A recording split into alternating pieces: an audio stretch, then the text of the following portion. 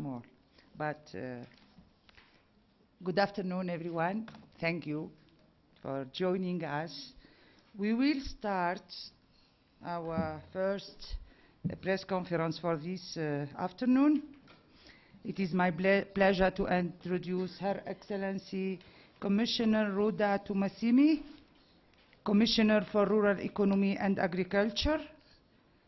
Her Excellency will address you on building self-reliance towards the realization of 2063 Agenda on Food Security and Nutrition.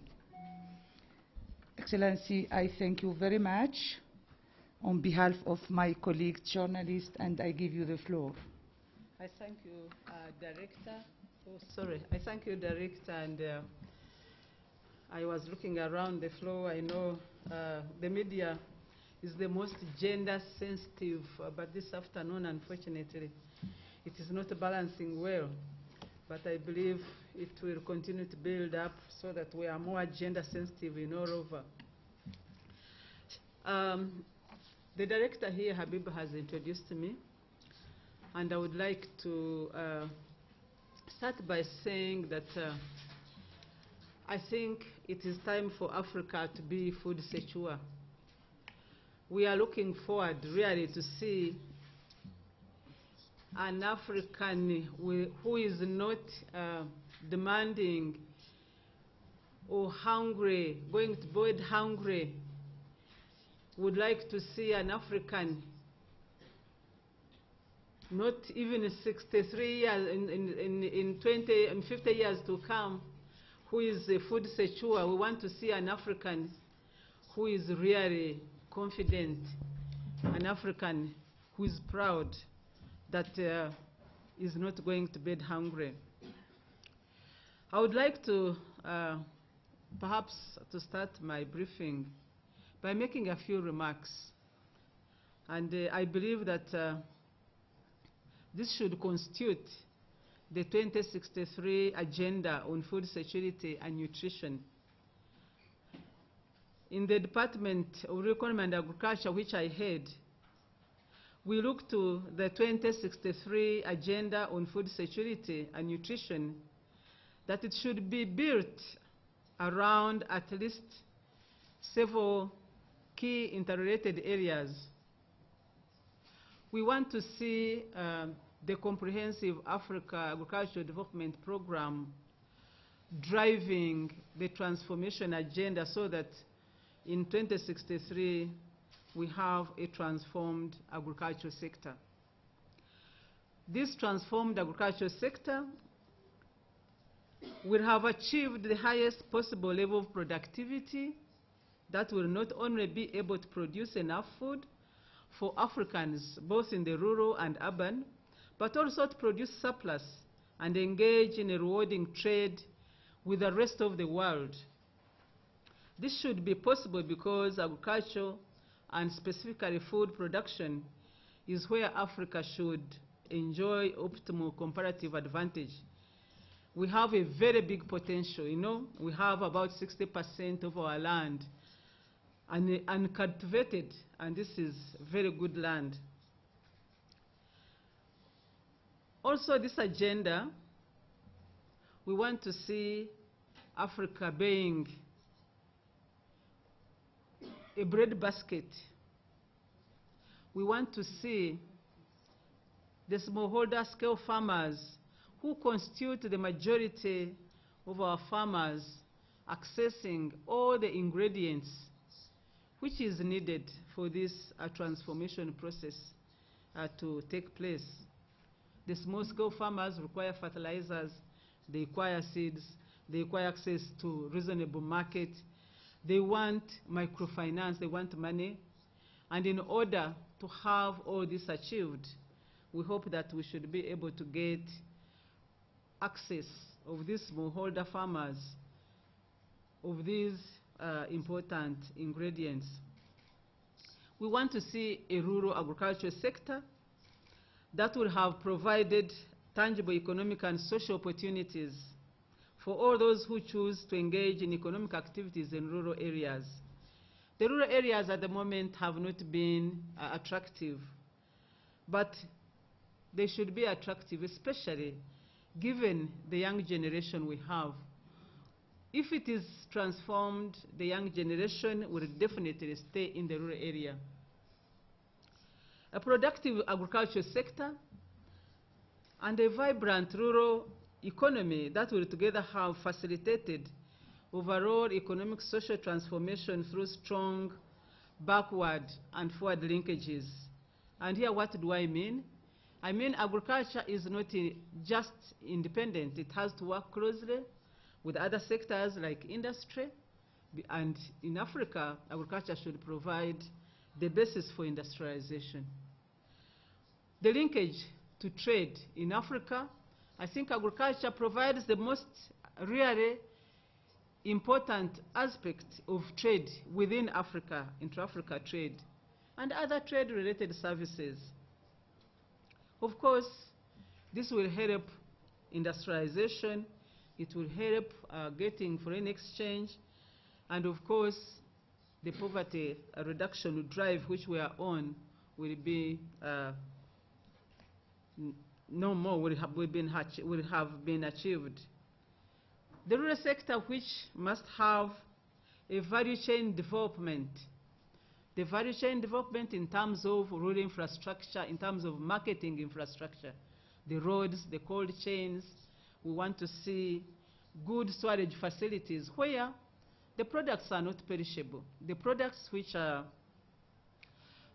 stored in a cool environment. This is what a transformative process should be able to provide. But also, we want to ensure that a vibrant polity, that is, the political system, continuously focuses on those important areas, because we need a political and policy guidance in order to have this transformation to take place. Once we perceive the 2063 agenda on food security and nutrition as such, I would like to make sure that my remarks really focus on realizing this agenda. In this respect, my thoughts are focusing on what I may refer to as the need for backing our commitments with commensurate actions now, because without actions, we cannot continue talking and talking. I'm sure you have heard many people talk about Africa as being the breadbasket. In fact, there is not a better demonstration of talking about, of saying this other than getting all these people rushing for land in Africa. That was really a demonstration in action. But however, the fact of the matter is that in reality, Africa is heavily dependent on external sources. Food comes from outside at the moment, and yet we still say Africa is the breadbasket. We have to reverse that. It is also not uncommon to hear pronouncements that Africa should prioritize agriculture and food security agenda focusing on small-scale farmers. But as you may be aware, this is the centerpiece of our comprehensive Africa Agricultural Development Program. We focus more on small-scale farmers. We believe that initially the small-scale farmers have to be focused on. But this has to be demonstrated in practice. That's what I talk about, the actions. That's why I said we must ensure that we give them the tools to work with the technology, the inputs they require, but also the budgets. And of course, recently I've seen that investment in agriculture now is increasing, both from within the countries, but also from without. That is, ODA is also going up. But also, we want to make that these smallholder farmers really build resilience for externalities. You know, there's climate change at the doorstep.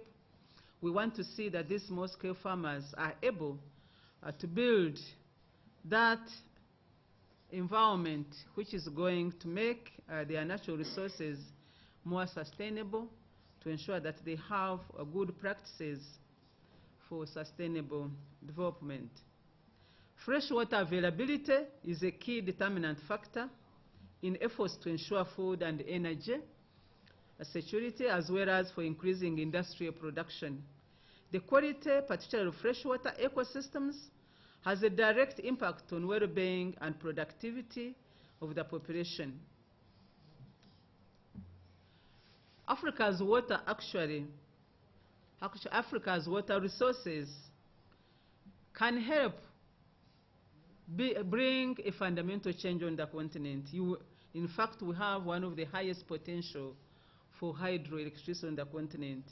So me, as a commissioner responsible for rural economy and agriculture, of which water is inclusive, we have to ensure that we try and harness our natural resources in a manner which is going to help really make the continent more proud.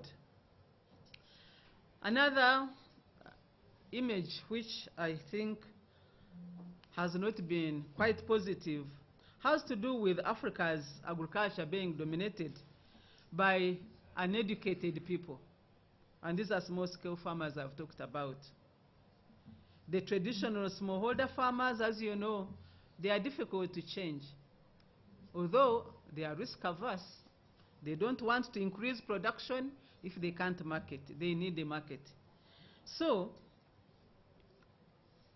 while this observation may well have had maybe positive in the past, the future, on the other hand, is very different. Actually, it shows something very positive. The population forecast suggests that by the midway of this century, that is 2050, Africa's population will have more than doubled.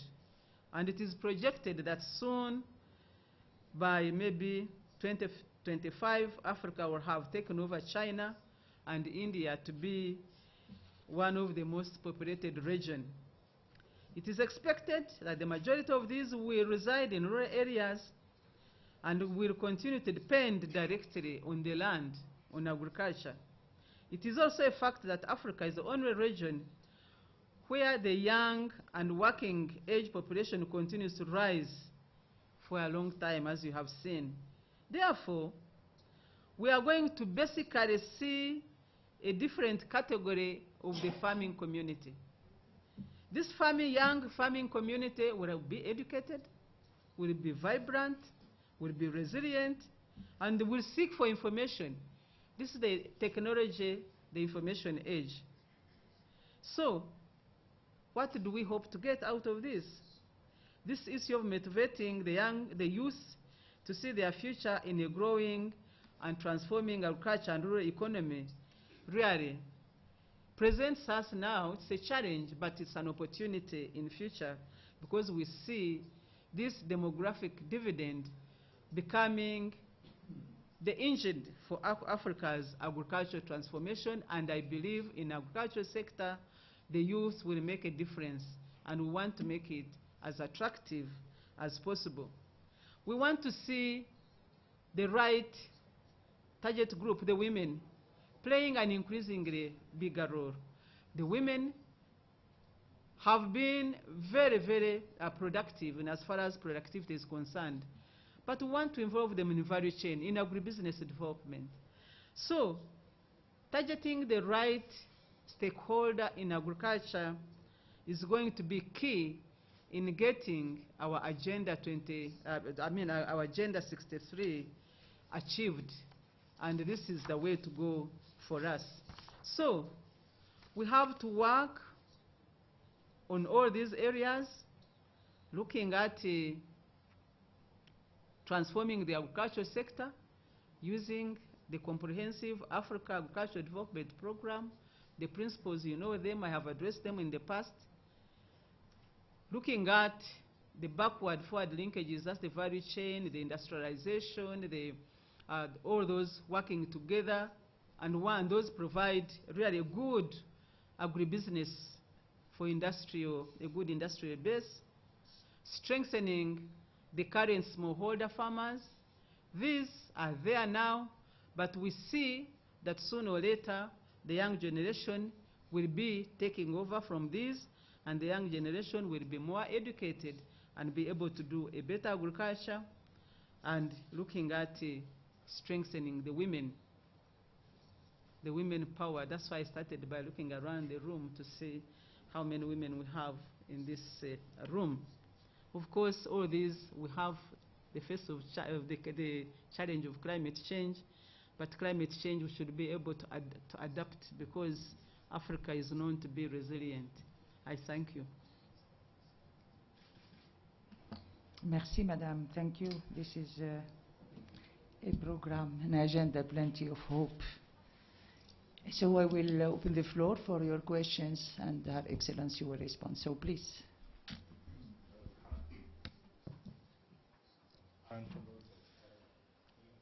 Back to this plan. Your name and... Yeah, please. Would you introduce yourself and your media, please? Aaron from Reuters. You've embarked on quite an ambitious plan at a time when many African countries are leasing large tracts of land to foreign companies. How do you see what kind of an impact would these developments have on the plan? Yeah, please. Thank you, Habiba. Thank you, Commissioner. My name is Groom, CCTV. I just have two questions. Question number one is, as we've been explaining earlier, Africa is aspiring for more economic development via industrialization. How do you think this agricultural sector is going to assist, and how is the African Union ready or prepared on this plan of 2063 to assist this particular agenda? Question number two, we know that a huge number of people migrate internally from rural areas to urban areas looking for maybe job opportunities, and this is going to be a great challenge at a time where Africa is dreaming that this sector is going to assist the continent to grow better. So how are you planning to curb this particular problem of migration from rural to urban areas? Thank you very much. Thank you. Yes, please. Mon nom est Cédric Abba, je travaille au bureau de l'Agence panafricaine de presse. Yep. Je vais poser la question en français. On sait que les pays africains s'étaient engagés à consacrer 10% de leur budget à l'agriculture. C'est un engagement vieux de plus d'une dizaine d'années. Est-ce que vous pouvez nous faire le point sur cet engagement, sur sa mise en œuvre? Combien de pays à ce jour ont déjà consacré 10%? Et est-ce que vous pouvez même, au besoin, éventuellement nous dire quels sont ces pays? Thank you very much. So we'll give the floor to Her Excellency to respond, and maybe we will get some 2 questions more. Thank you.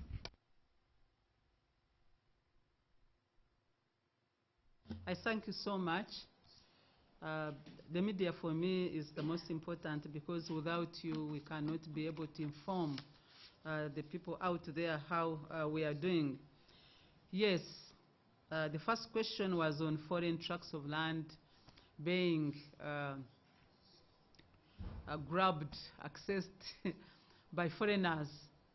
Is this a threat, or is it an opportunity? One, let me say that the African Union heads of state and government put in place land policy initiative. They adopted guidelines. They have a policy on the land. And we have developed tools for helping countries to ensure that at the negotiation level, countries are able to have a win-win situation. Yes, at the beginning it could have been like a threat, but I think given an environment which is transparent, which is open, I think the situation cannot be as bad. And in fact, I would like to inform you that the statistics indicate that at the country level, there is more land taking by nationals from small-scale farmers than foreigners. But also, it is important that we need technology, we need agribusiness development, and as long as there is a common understanding, especially at the negotiation level, on how to enter into business, because this is business, and we need foreign direct investment. So this would not be bad. But also, we need countries to have a strong basis, a strong way of negotiating. Because, yes, there is a really rush. It's like a gold rush. At one time, before you were born, there used to be what they call the gold rush. People are rushing for gold. But now they are rushing for Africa's land. So Africa's land is like gold. But we must ensure that we get the best out of our gold by strengthening our capacities. And we should not just only criticize. Let us get objective way of getting things done transparently and ensure that we reap the best out of this one. We need food security. The global food supply has gone down. So it is an opportunity for us to increase production so that we are able to take advantage of the rising food prices globally. CCTV, you talked about how is the African Union ready, and how can African Union be able to assist the countries maybe achieve the transformation agenda? Is that your question? Why, I mean, how is the agriculture sector assisting the industrialization policy of the continent? Right. I think the industrialization policy on the continent, its foundation should be in agriculture. And as long as the agriculture sector performs, then it will be much easier. Of course, industrialization requires equipment. It requires all these different technologies and all of that. But the major ingredient of the input of industrialization is really an agribusiness foundation, which is going to start with the value chain from the beginning, have an organized agricultural production and marketing system, and this is what CADAP is all about. The heads of state committed themselves to that. Then another question was on migration. Who talked about, are you the one who asked the same question on migration to urban places and the, huh? Oh, right, yes. The rural-urban migration as a challenge.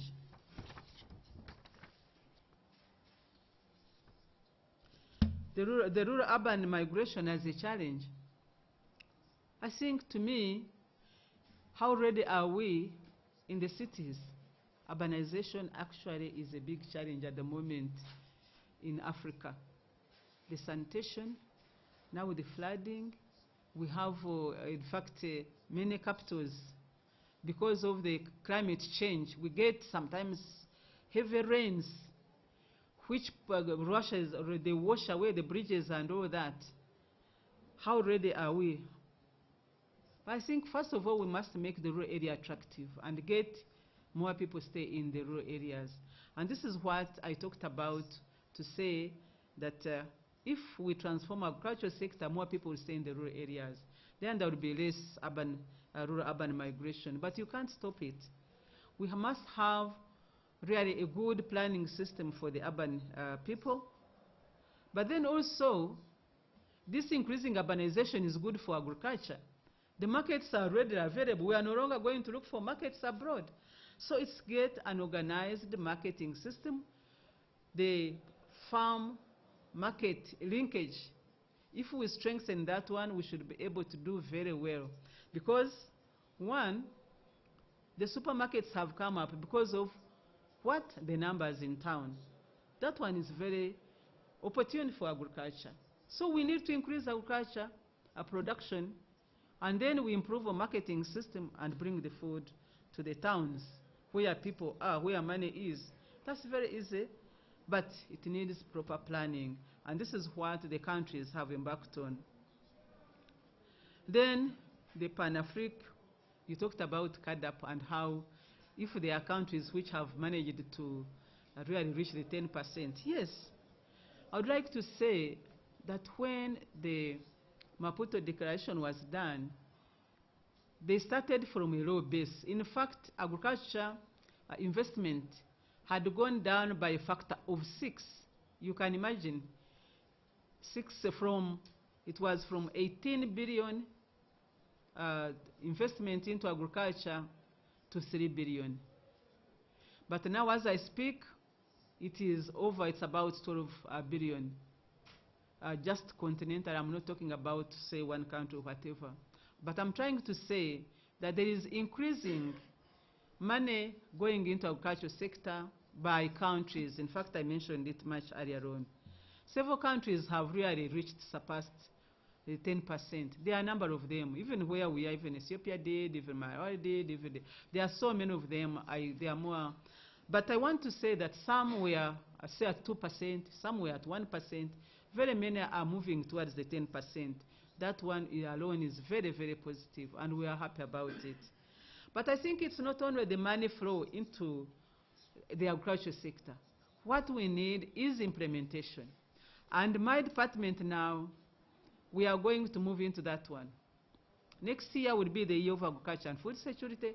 We are going to focus our energies on ensuring that countries do implement what they plan. 30% of these countries, I think, have already had about 10% or more. Some have reached 18%. But it's not about money only. It's about a number of things, commitment, continuing to ensure that you keep on track.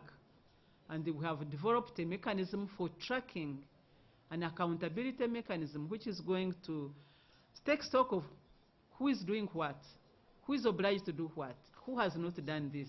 So we are really trying our level best, and the whole of this year, next year, we are going to focus on CADAP implementation, increasing momentum, enhancing momentum in CADAP implementation. This is what we are going to do, because I believe that agriculture can make a difference as far as poverty eradication is concerned. And as far as 2063, agriculture will be the foundation for poverty eradication, and Africa will have been transformed. Thank you, Madam Commissioner. So I think unless a very, very hard question, so let's stop here, because we will have another press conference with the Commissioner for Trade and Industry at 4. Yeah, so yeah, there is a big question here, so please. Thank you. This is Muluna from CCTV. As agreed by heads of state and governments, countries were required to allocate 10%, at least 10% of their budget to agriculture and to ensure food security and production. But as reporters saying that only 4 to 6% are being allocated to the agriculture sector on average.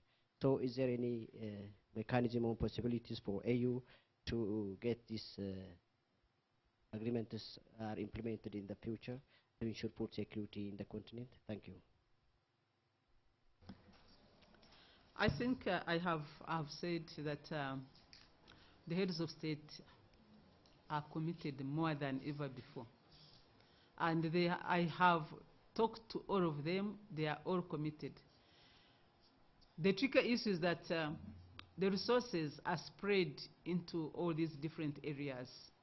Because if you say 10% into agriculture and the sectors are more than 20, then that means it will be more than 100%. But I'm not saying underrating the policy decision of 10%. I can confidently say that about 15 countries, or I think, or more have put in 10%. And others are close to 10%. And I think this is very good. in this year of agriculture and food security, which we are going to implement by action starting now, and working with our close relations, the partners and all that, we are going to ensure that the countries are again reminded to ensure that they stick to this commitment which they did. The principle is to have 6% growth, because you can put in 10% budget and there's no growth, but we want to see growth and a sustained growth. This is very important. You go to Ghana, they have already achieved it. You go, in fact, there are very many. You go to Rwanda, they have already achieved 10%. You go to Burkina Faso, they have already had that. I can count numbers, and Senegal and whatever. They are going to tell you. Some are already closing in, even in the whole of Eastern African region. Others are really preparing their CADAP compacts. The business plannings have been going on. The countries are even also, I was impressed, the countries are planning to mark 10 years of CADAP. That one is very, very important.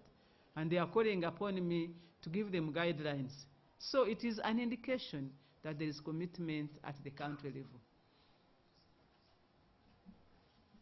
Madam, I saw there one question. Is it okay for you? You want to... so this is the final question, really. Thank you, Madam. My name is Sheila, an African youth volunteer in the communication department. Originally, I'm from South Africa. Actually, I just wanted to ask a question. You made a statement about the youth in the rural areas being involved in this new agricultural transformation. And what I wanted to find out, in most countries, especially on the SADC, on the southern region, most of the land is not owned by the government. And lately, they own almost 30% to 40% of the land. And that most of the countries, they are focusing on development, whereby because population, people coming in, the immigration, everything. So most of the activities that are happening there, most of them are developments whereby you see new houses and everything. So if you go to a rural side areas, and then again there, as you, the small land they have, again you get a piece of land whereby you just have to have a site to build a house. So as we're saying that in the next century, the number or the population of Africa, especially young people, will be doubled. So now what I'm trying to see, in 2063, where in some countries we don't have land, and the small piece of land that we have will be used on development or shelters, then is there any strategy? And then again, the people that that are owning the land, some the race, it's not like young people like us, it is white. So what I wanted to know, because we can't inherit that land back, is there any way whereby when we want to go to farming, we'll be able to please, have your funding? question, Sorry. please. Well, it's a concern of the land is becoming less and houses are becoming many. Well, let me say that the Western countries where agriculture is more developed, there are less people. Less people are on the land, they are in agriculture. And of course, with the proper planning, you find that the housing systems are done in a manner which allows also the agricultural land to remain independent. But I will see a situation where few people, because right now people doing agriculture are mainly the elderly, but that time is going to come when there will be few, as I indicated. Few will need to work not even with the hands, but with the what? With technology. So we shall have less people on the land, but the land will be made more productive. And the few people on the land, more productive, and feeding a bigger population. This is really the transformation process, which I think will be done. But our evolution has not indicated that we may be following that kind of growth, because we still have a bigger percentage of the people in the rural areas. So that is why we want to work with them more to ensure that they are more productive, like the Indian type of rural development. Thank you, Madam Commissioner. Thank you, dear colleagues. So please, we will have the next press conference with the Commissioner for Trade and Industry at 4. Thank you so much. Thank you, Madam. Thank you, Director. Thank you.